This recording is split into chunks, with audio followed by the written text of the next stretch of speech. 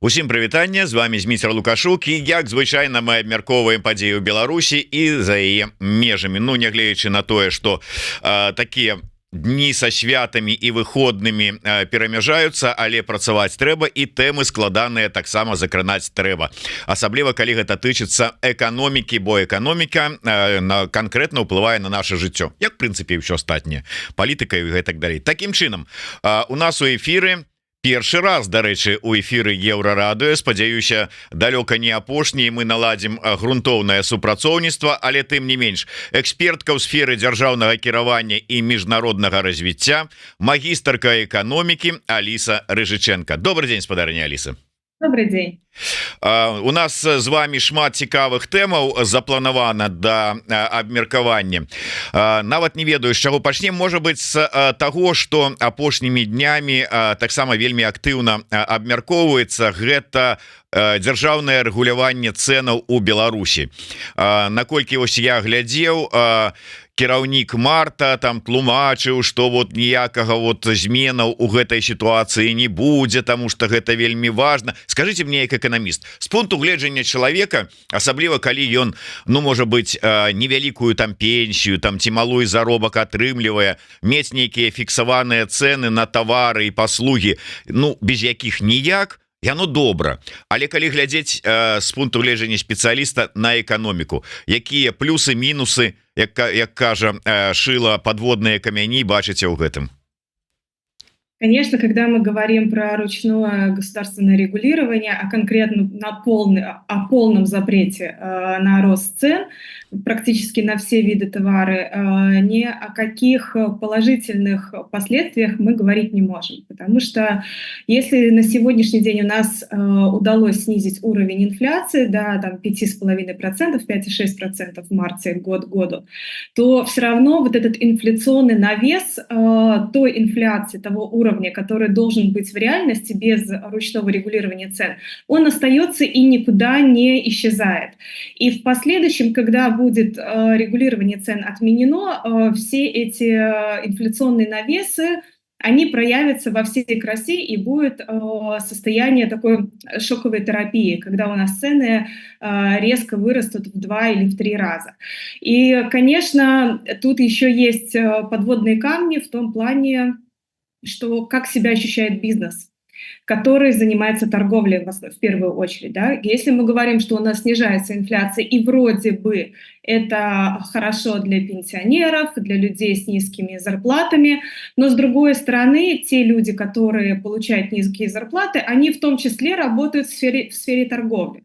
И когда мы смотрим на показатели предприятий сферы торговли, мы видим, что там финансовые показатели ухудшились очень сильно с момента введения этого законодательства. То есть если там первых пару месяцев, 3-4 месяца предприятия еще как-то пытались подстроиться под эту ситуацию, то в последующем показатели начали просто фактически падать вниз, и у нас прибыль снизилась вдвое, рентабельность сократилась, она и так была невысокая, да, до 5%. На начало года она была 2%, и сейчас уже на конец апреля средняя рентабельность по продажам составляет 1%. Количество убыточных предприятий практически чуть больше 30%, но опять же в прошлом году их было порядка 40% в торговле.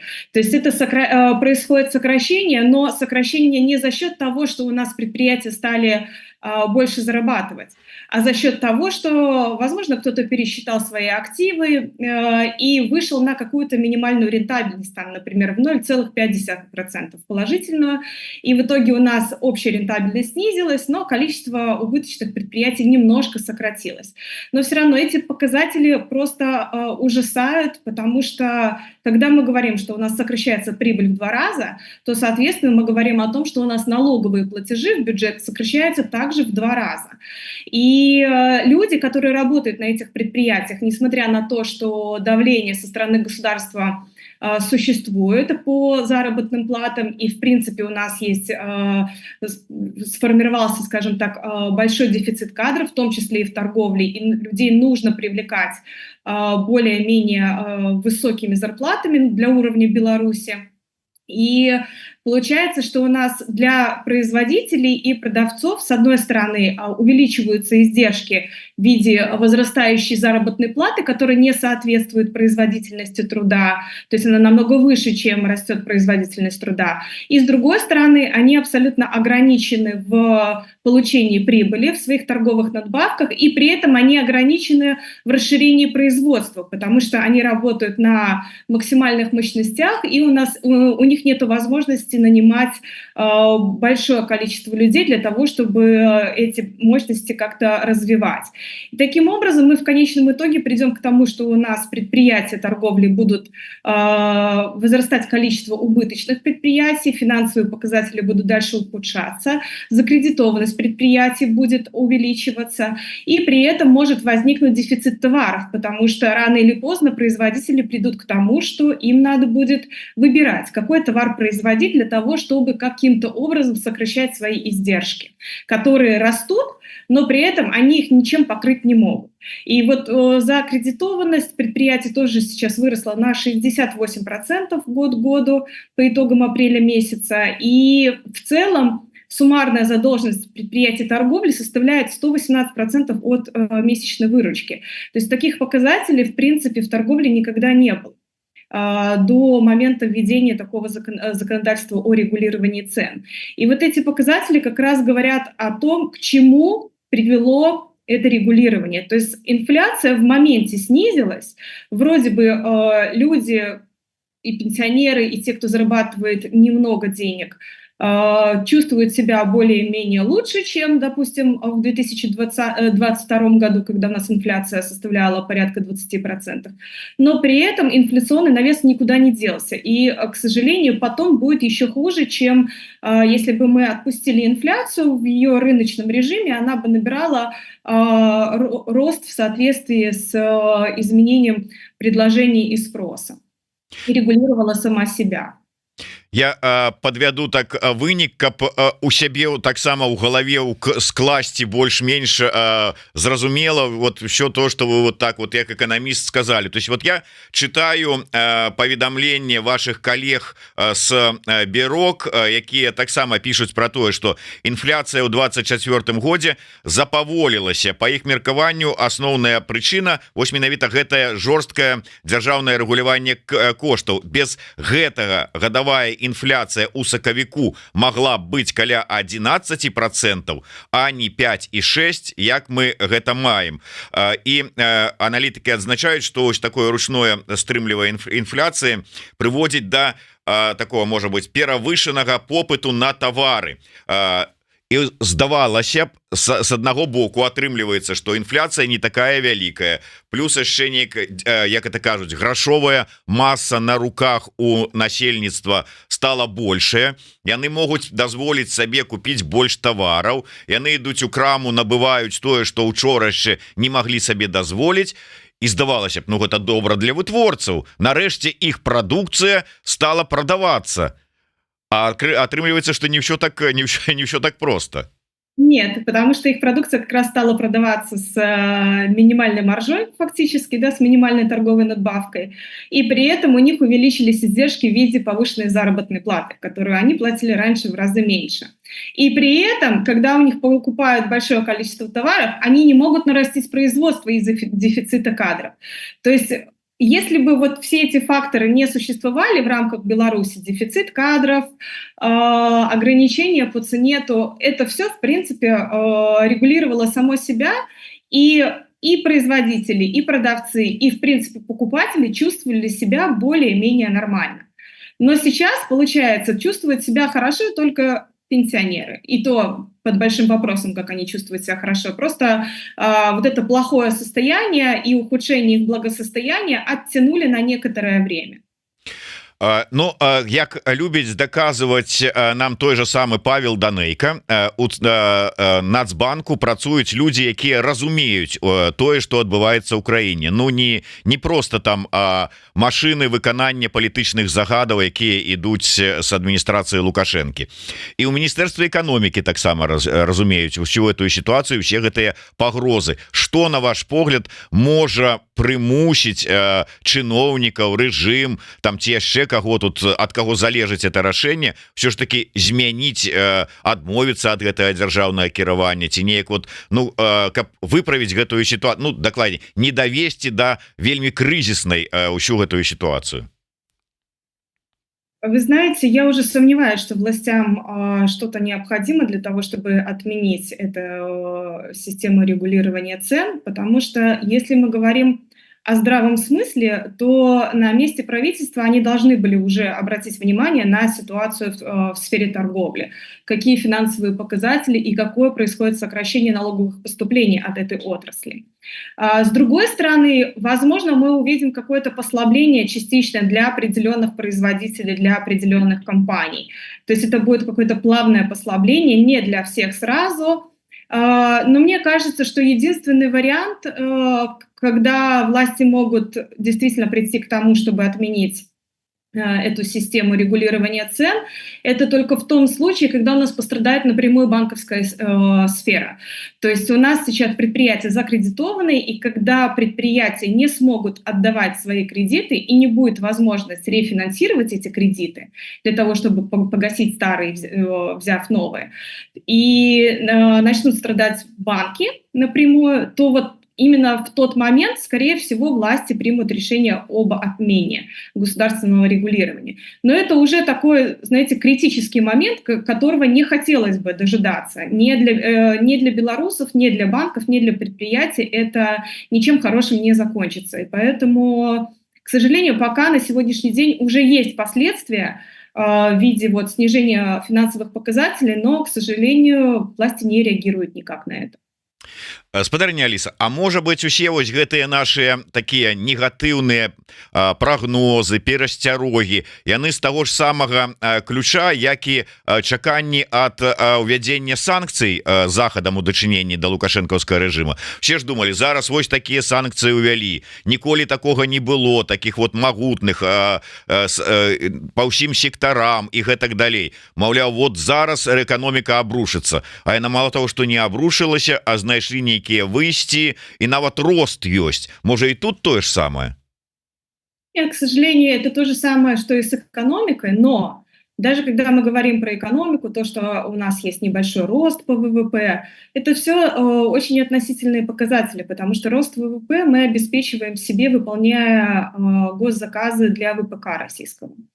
И когда эти заказы закончатся, вот это чудо, Лукашенко всегда спасает какое-то чудо. В 2021 году он начал продавать древесину за какие-то сумасшедшие деньги и спас экономику. Ну, не спас экономику, да, а экономика осталась каким-то образом на плаву.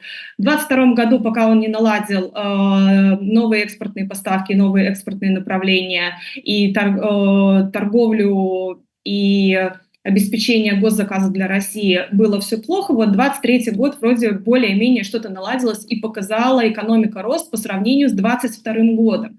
Но это все равно показатели, не дотягивающие до показателей белорусской экономики 19, например, года, до пандемийного. И сейчас говорить о том, что у нас все хорошо в экономике, это просто огромная ошибка, потому что производство работает на максимальных мощностях, развивать эти мощности нету ни технологий, ни людей, грубо говоря, нет рабочих рук, и последующее развитие практически невозможно в экономике, то есть рост этой экономики. И вот этот рост, который показывает сейчас экономика, он не дает эффективности экономике, потому что, допустим, если у нас есть ВВП рост, то при этом у нас дебиторская задолженность выросла на 15%, порядка, там, чуть более 15%. Это значит, что мы продаем на экспорт наши товары, например, в какие-то африканские страны, но не получаем за них деньги. А в итоговых показателях мы видим прирост ВВП, потому что у нас приросло производство. И поэтому тут очень такие спорные показатели, и относиться к тому, что вот у нас ВВП выросло, например, там условно на 3,8% или на 4%, это не значит, что действительно экономика стала более эффективной, стала приносить больше денег. Ну, можа яна не стала больш эфектыўнай, але расійскі рынок ўсё ж таки адкрыўся, асабліва пасля сыходу розных замежных заходніх кампаній пасля пачатку войны, і это дала магчымасць прадпрыемстваў, якія ўжо, умоўна кажучы, наладан дыхалі, зараз адчуць сябе больш-менш нармальна. То есть вот ёсць перспектывы нейкія. Яны могуць зараз зарабіць і скарыстаць гэтыя грошы для модернизации вытворчасці. Понимаете, модернизация производства невозможна, потому что у нас нет технологий, а технологии под санкциями. И поэтому ни о какой модернизации речи быть не может. Это первое. Второе, то, что в России освободился рынок, этот рынок занимают китайцы, которые способны, благодаря своим технологиям, производить дешевле, качественнее и в большем количестве. И белорусские предприятия, к сожалению, очень сильно проигрывают в конкуренции с Китаем. Да, первое время Беларуси позволили нарастить производство, нарастить экспорт в сторону России, но при этом сейчас мы видим, что дисбаланс торговли у нас все равно очень сильно нарастает, и это связано с тем, что для того, чтобы производить что-то для последующей продажи в Россию, нам нужно многое закупать импорта, промежуточных товаров. И получается, что чем больше мы продаем в Россию определенных товаров, тем больше мы закупаем на Западе какие-то промежуточные товары. И получается, что у нас импорт превышает экспорт. И это все давит на валюту внутри страны и создает дисбалансы в экономике. И получается, что мы фактически не очень-то и хорошо зарабатываем в России. И маржинальность рынка российского совершенно не та, о которой могли бы мы говорить, если бы мы продолжили работать с Западом. Давайте закранем яшчэ одну тэму, любимую тэму ўсіх беларусаў, гэта курсы валют. Курс доллара. Як это жартуюць, там, калі там анекдот рассказываюць, когда расіянин приехаў і пытается: я не разумею, у вас тут беларускія цены, колькі гэта у рублях расійскія, мы не ведаем, колькі это в рублях расійскіх, можем сказать, колькі ў доларах. Так вось, что адбываецца на гэтым, на валютным рынку? Ну, что происходит на валютном рынке? То, что у нас не происходит никаких шоковых моментов, резкого роста курса, как это было, например, в 2011 году или там в 2015, это не значит, что у нас нету девальвации рубля. Если посмотреть на точные данные, да, по среднему курсу доллара, то с начала года он потерял уже практически 2,5%. А если смотреть год к году, то есть к маю месяцу прошлого года, то белорусский рубль обесценился на 14%. И это и есть девальвация. Проблема в том, что белорусы уже настолько привыкли к вот этим небольшим плавным изменениям белорусского рубля, его удешевлению по отношению к доллару, что они уже не считают это за девальвацию. Но фактически она происходит, просто медленно происходит, без каких-то шоковых моментов. И то, что сейчас немножко замедлилась девальвация, это тоже достаточно временное явление, потому что мы сейчас очень сильно зависим от курса российского рубля, который тоже до апреля месяца регулировался достаточно жестко в России тем, что там принято законодательство, которое обязывает экспортеров продавать 80% своей валютной выручки. Но сейчас был принят указ Путиным, что в индивидуальном порядке экспортеры могут получить разрешение на отмену этой продажи. Так вот, чем больше экспортеров будет получать таких положительных решений, то есть им будет разрешаться не продавать валютную выручку, тем меньше будет предложение валюты на российском рынке, и тем больше будет спрос на валюту на российском рынке. И это все, естественно, пропорционально будет влиять на белорусский рубль, так как мы, во-первых, зависим во внешней торговле, завязаны полностью на России, фактически, да, больше чем 75% у нас экспорт завязан на Россию. Ну и, естественно, в нашей валютной корзине российский рубль тоже занимает наибольшую долю.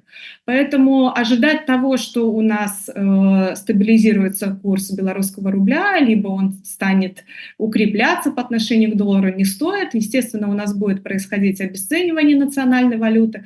Просто это будет происходить, как в прошлом году, в плавном режиме. Но все равно, если даже брать годовые показатели, я уже молчу, если говорить там про 2 или 3 года последних, то у нас потеря белорусского рубля порядка вот 15%. Это существенно, очень существенно. Ну мы говорим там про але люди как бы ориентуются, я ж не дарма вот прыгадаў гэты анекдот, люди ориентуются на больше не на тое, что наколькі ослабеў беларускі рубль, а наколькі у обменніку вырос курс того ж самого доллара ці евро, а ён нешта вот ну незначительно, вот все думаем, вот зараз як скокне, ай-яй, что будзе, а ён ну что-то там пойдзе, потым ізноў вернется, калі і вырасце, то незначно, то есть это неяк звязана ці не, ці чакаць нейкага вось менавіта роста курса доллара резкого? Резкого не будет роста курса доллара, потому что сейчас курс доллара в Беларуси регулируется как раз-таки рыночным путем, то есть в зависимости от спроса и предложения курс изменяется, и поэтому тут будет зависеть все от людей. Если люди кинутся в обменники скупать эти доллары, то, естественно, курс изменится. Либо если у нас будет нарастать слишком сильно импорт, и юридические лица начнут в большом количестве скупать валюту, то тоже он изменится резко. Но, скорее всего, такого не произойдет, это будет происходить все плавно, но, опять же, вот он немножко изменяется на пару копеек сегодня, на пару копеек завтра, но фактически, если смотреть годовые показатели, это серьезное изменение 15%. Если бы мы завтра проснулись, и у нас курс изменился на 15%, люди бы это точно заметили. Но когда это происходит в течение года плавно, то оно вроде, да, вроде не резкие скачки. Ну да, як там кажуць, варат паступова, не адразу у кіпень кідаюць. Атрымліваецца, что ну мы разумеем, что як там это Лукашенко сказаў у 11 годзе, тады ўсё здарылася з-за того, что беларусы рэзка кінуліся купляць машины на захад, адпаведна ім трэба было валюта, яны вывозілі валюту. Что тут можа здарыцца? Потому что перыядычна я читаю про тое, что больш здалі там ці больш купілі валюты насельніцтва, чым звычайна, але гэта не прыводзіць да нейкага такого скачка, то есть это не за машинами ў чарговы раз не едуць, але что можа вот такого привесці до такого, вот, як вы кажаце, менавіта рэзкага скачка, якія змены? Ну, например, вступление Беларуси или белорусских войск в войну против Украины.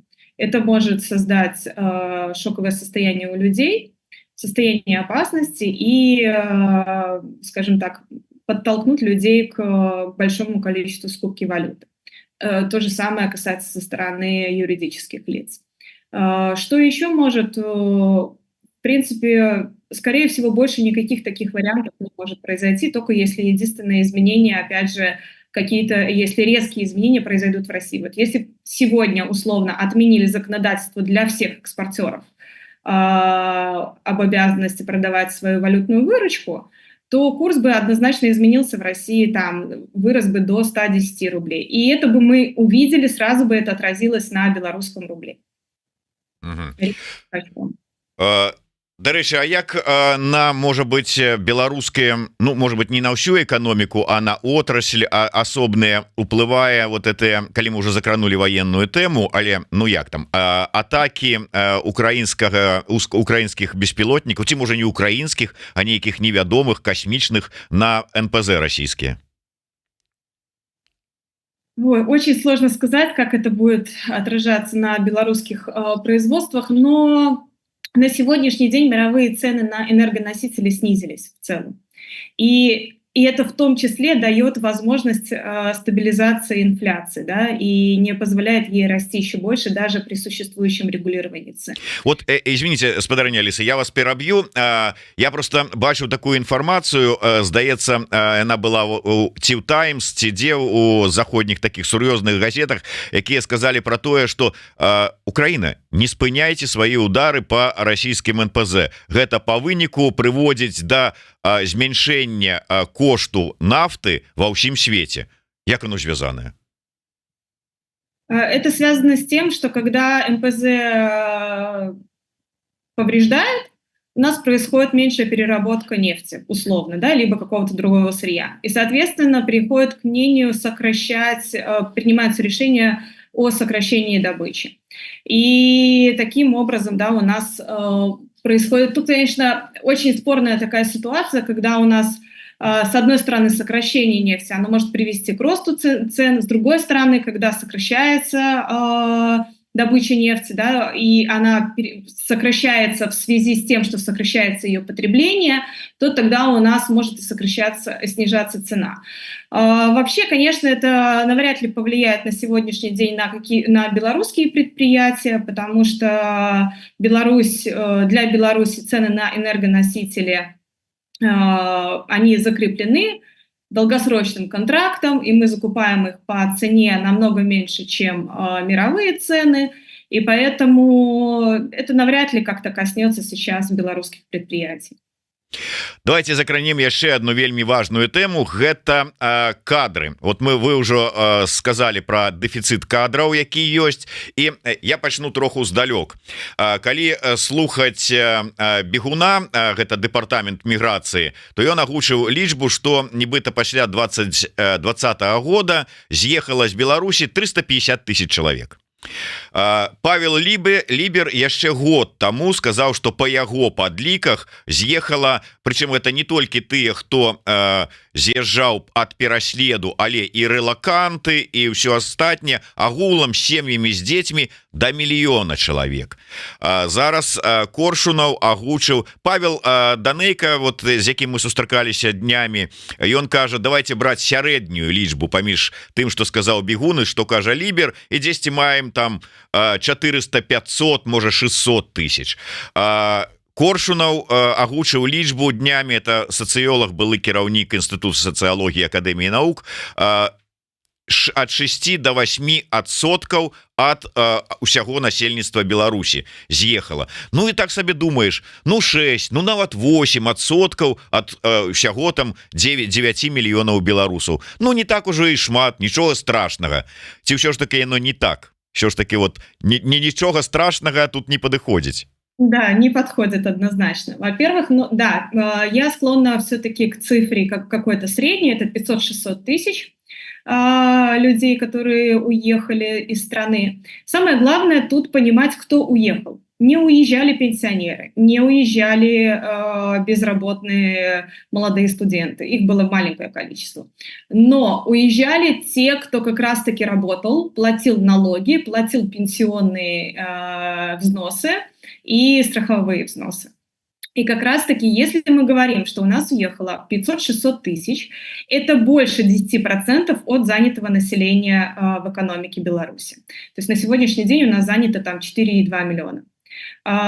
И, конечно, это очень существенная цифра, когда мы говорим о том, что у нас пенсионный фонд исполняется с дефицитом. Он существует только благодаря дотациям со стороны государственного бюджета. И, естественно, это существенные потери для государственного бюджета в виде налоговых отчислений, пенсионных отчислений. И, в принципе, да, это мы не говорим про дефицит кадров на производстве, когда у нас есть возможности расширить производство в виде, например, перспективы получения каких-то инвесторских денег с той же России, но у нас нет возможности, нет проектов, в которые можно вложить эти деньги, потому что у нас огромный дефицит кадров в любом регионе. Просто некому работать на этих производствах, и при этом есть запрет на ввоз технологий. То есть поэтому дефицит кадров – это такая острая проблема, которую уже даже сам Лукашенко признал. Если мы говорим про промышленные предприятия, то у нас, допустим, МАЗ, ему нужно более 2500 работников, МТЗ 2200 работников. Да, это вот открытые вакансии на сегодняшний день. Это огромное количество, это порядка 15-20% от общего количества сотрудников на предприятии. О каком тогда наращивании производства может идти речь, когда у нас огромная нехватка персонала на промышленных производствах? И, конечно, это заставляет белорусские власти идти на такие крайние меры в виде привлечения трудовых мигрантов, изменения условий для привлечения трудовых мигрантов, для того, чтобы закрывать эти дыры, потому что государственный бюджет у нас исполняется с большим дефицитом, выискивать оттуда средства для, скажем так, для большей поддержки того же пенсионного фонда просто-напросто нету. А тут вопрос идет о том, будут ли выплачены пенсии вовремя, потому что у нас пенсионная система как финансовая пирамида работает. То есть пенсии выплачиваются за счет тех отчислений, которые делают работники сегодня, здесь и сейчас. И если этих отчислений не будет просто фактически пенсии и пособий. Этого власти допустить на сегодняшний день не могут, потому что, естественно, это их самая главная такая пропагандистская, популистское заявление о том, что у нас социальное государство и пенсии будут выплачиваться всегда. И, в принципе, пенсионеры — это электорат Лукашенко, да? Поэтому такого позволить они себе не могут, и им приходится сейчас идти на разные меры для того, чтобы привлекать трудовых мигрантов и заполнять вот этот дефицит кадров. Вот две тэмы цікавыя. Я хотел бы магчымыя шляхі іх вот гэтых схемаў ажыццявіць у Беларусі. Першае, там пэўны час таму Лукашенко, здаецца, ехаў там некуды ў Оршу, там ці куды ён там ехаў, і закрануў вот менавіта тэму недахопу кадраў на тых жа ж прадпрыемствах у Оршы, і такі: надо звяртацца да вопыту Савецкага Саюза. Калі вот ёсць прадпрыемства вялікае, вакол гэтага прадпрыемства будаваць жыллё, і людзі будуць прыязджаць, вот даюць ім жыллё, ім ёсць дзе жыць, і адпаведна вот прадпрыемства ёсць дзе працаваць. Так што давайте да лепшага вопыта Савецкага Саюза звяртацца. Можа, сапраўды так і выратуемся?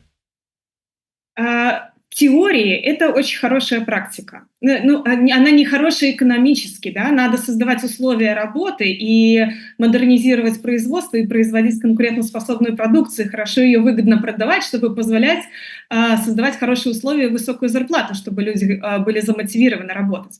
У нас проблема в другом в Беларуси. Дело в том, что дефицит кадров сформировался не потому, что люди просто не хотят работать, а потому что подходящих людей не осталось в Беларуси.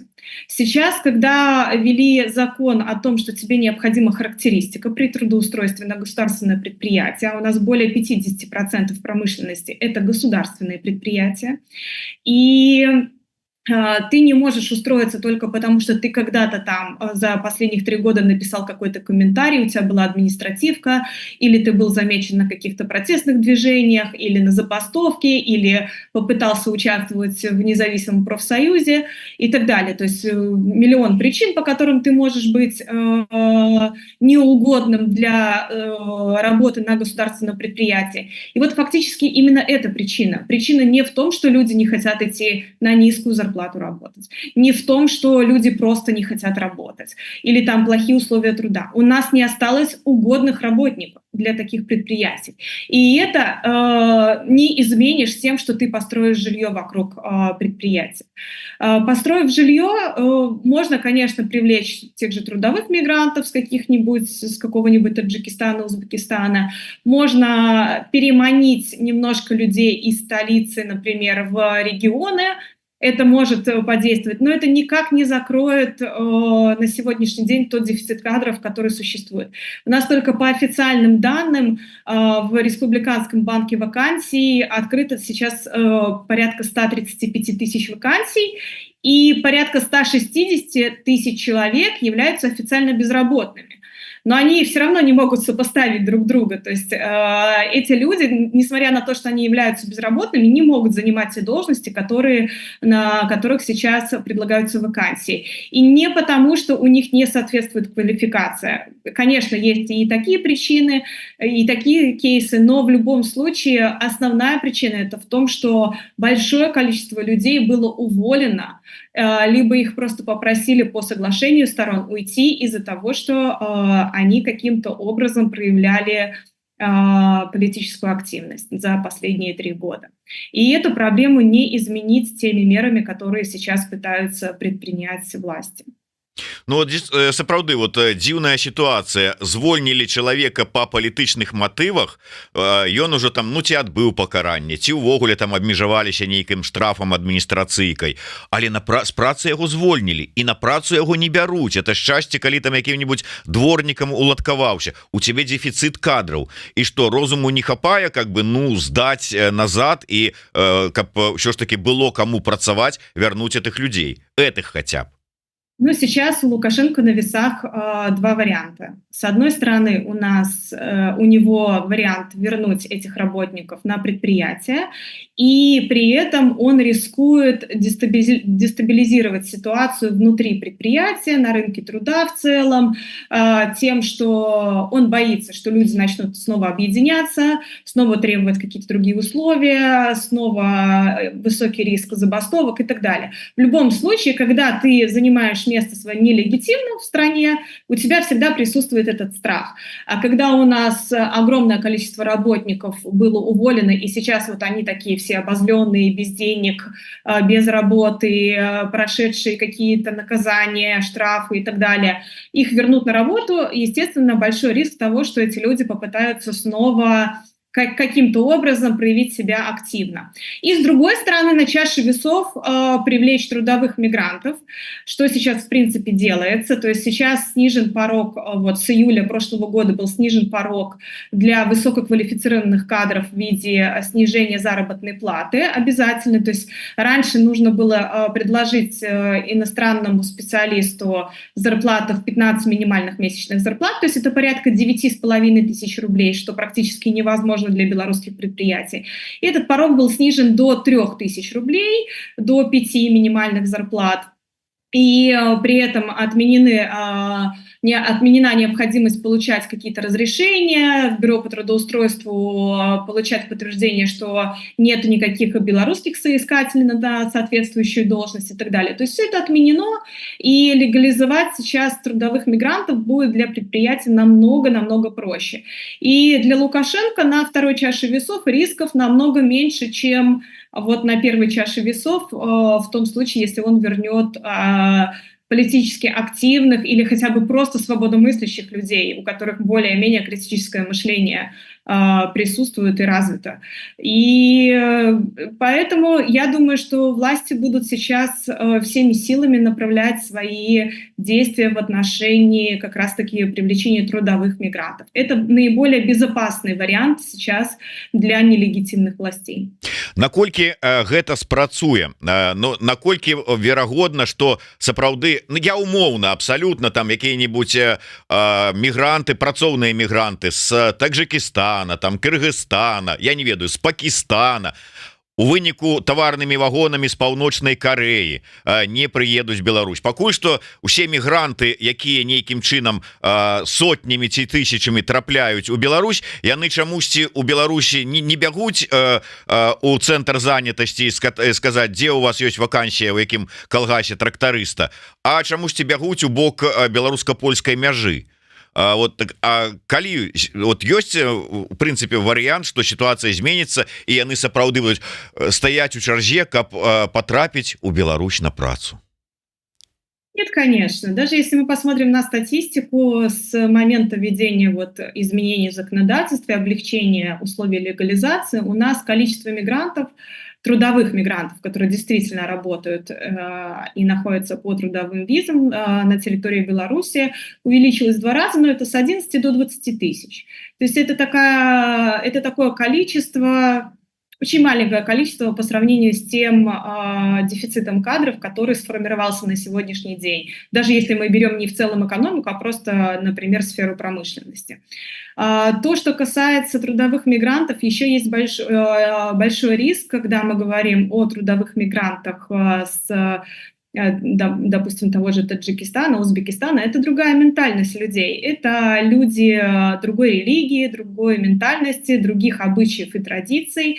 И если мы говорим о том, что власти собираются привлекать сейчас большое количество, то есть если условно у нас даже будет хотя бы несколько тысяч на предприятии работников с Таджикистана или Узбекистана, это уже образуется такая клановость, скажем так, да, и эти люди, как правило, не ассимилируются в новом государстве, они живут своей диаспорой, продолжают свои традиции и обычаи, и тут может возникнуть конфликт в обществе, потому что белорусское общество как раз не готово, оно не очень приучено к сосуществованию в одном пространстве с людьми другой религии, другой ментальности, более радикальных взглядов.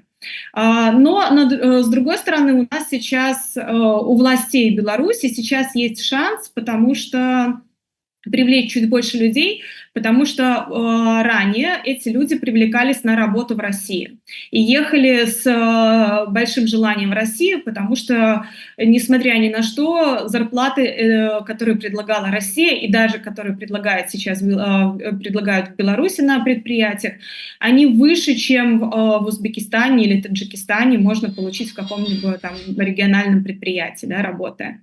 Но сейчас в связи с последними событиями в России, терактами, которые произошли в России, отношение к приезжим и трудовым мигрантам меняется кардинально, увеличивается количество проверок, и, соответственно, есть вариант того, что какая-то часть этих трудовых мигрантов может переехать в Беларусь, да, принять, по крайней мере, такое решение. Но, естественно, мы не говорим о том, что сейчас к нам приедут 100 или 200 тысяч трудовых мигрантов, которые с большим удовольствием начнут работать на территории Беларуси, на белорусских предприятиях. Нет, это будет замещение какого-то небольшого количества дефицита кадров, но это не изменит ситуацию в корне. Ну і на завяршэнне я хацеў бы задаць пытанне ад нашага гледача под нікам проходящий мимо. Он вырашыў не проходить мимо и задать вам пытанне з нагоды одличения у ФСЗН. Почему не будет отчислений ФСЗН? Как это может произойти? Все перестанут работать в Беларуси? Расскажите человеку про тое, як шмат одличения у ФСЗН ідзе ад бюджэтнікаў и силовиков. Ну, силовики у нас вообще не делают отчисления ФСЗ, во-первых, а во-вторых, силовые структуры все, да, и милиция, и военные. То, что касается государственных предприятий, тоже у них часто идут льготные условия по пенсионным отчислениям. И, конечно, главными плательщиками пенсионных отчислений являются как раз-таки частный бизнес, который душат, давят, уничтожают уже очень долго и всеми силами, которые можно применить в рамках Беларуси. Что значит не будет отчисления? Отчисления, конечно, будут, но на сегодняшний день те отчисления, которые производятся в фонд социальной защиты, их не хватает для того, чтобы погашать существующие выплаты для пенсионеров и людей, которые получают пособие. И поэтому государственному бюджету приходится субсидировать ФСЗН. То есть он субсидируется порядка там, чуть более 10%, да, от необходимых выплат получают ФСЗН из госбюджета. Если мы говорим о том, что у нас продолжится отток кадров, то есть люди высококвалифицированные, которые получали зарплату чуть выше среднего в Беларуси, либо хотя бы просто на уровне средней зарплаты, уходят, либо куда-то эмигрируют, уезжают, и при этом у нас эти места не занимаются другими работниками, то эти отчисления, которые с того рабочего места, которое занимал тот или иной сотрудник, не производятся пенсионный фонд. И, соответственно, дефицит в пенсионном фонде и в фонде социальной защиты, он нарастает. А у государственного бюджета нет возможности погашать нарастающий дефицит, потому что государственный бюджет у нас второй год исполняется тоже с дефицитом. И этот дефицит тоже нарастает в государственном бюджете. Соответственно, изымать средства неоткуда. Раньше мы хорошо торговали с Западом и получали за счет маржинальной торговли, высокомаржинальной торговли, деньги, которые шли в экономику. С этого предприятия платили большие налоги, и государственный бюджет пополнялся и исполнялся без дефицита, а с профицитом. Сейчас у нас дефицит, у нас нет куда изымать средства, кроме как душить людей повышением налогов, повышением штрафов, повышением различных тарифов для того, чтобы хоть как-то пополнить государственный бюджет. Соответственно, у нас тут два варианта. Либо ФСЗН будет наращивать себе дефицит, но при этом для того, чтобы погашать этот дефицит, покрывать, государственному бюджету придется тоже покрывать свой дефицит путем увеличения налогов, платежей, повышения цен на тарифы и услуги и так далее. Соответственно, человек все равно теряет в любом случае. То есть пенсионер получает пенсию, если целиком, то цены при этом растут на услуги и на различные тарифы. То есть тут такой закрытый круг, который спасет только налаживание торговли с Западом, как и прежде, и, в принципе, изменение структуры экономики в целом на более технологичные производства. Но это такая большая, обширная тема, на которую мы сегодня не будем говорить, потому что тут можно часами говорить, что необходимо сделать для экономики Беларуси, чтобы изменить ситуацию. Но, конечно, да, платежи, то есть в каком-то количестве они будут сокращаться, и, соответственно, с сокращением платежей ФСЗН нарастает риск того, что не будут выплачиваться пенсии.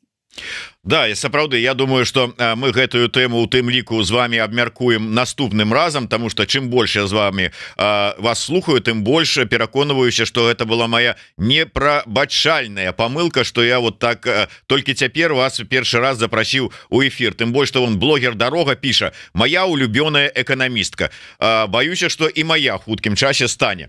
Але сапраўды, з захадам налажваць адносіны гандлёвыя, эканамічныя Лукашенко вельмі неабходна. Але, як сказаў Тур, у Лукашенко только один крепкий стул, это российский. Вот, на жаль, так оно и есть. Я вымушаны развітаться, потому что за дзвярыма уже стоит Александр Кнырович, чакаючы сваёй чаргі в эфиру. А я с нашей магистркой экономики Алисой Рыжиченко на сёння развітваюся. Слухайте, глядите, калі для вас гэта бяспечна, подписывайтесь на YouTube канал Еврорады, ставьте свои подобайки, натискайте на звоночек, каб не пропустить наш наступный эфир с спадарыней Алисой. Ну, я не ведаю, может быть, вы подкажете, на какие там социальные сети, где вас глядеть, подписаться, каб читать вас часей. Ну, у меня есть YouTube-канал «Про деньги» называется, и вот, в принципе, туда можно подписаться. Скоро там стартуют новые проекты, будут новые выпуски, и, в принципе, там все актуальное про экономику. Так, я зараз попрошу нашего креативного СММщика, каб ён хутенько знайшоў и дадаў у описании и у комментаторскую спасылочку на YouTube канал спадарыні Алисы Рыжиченко. А на сёння я развітваюся. До сустрэчы. Жыве Беларусь. До свидания. Живи вечно.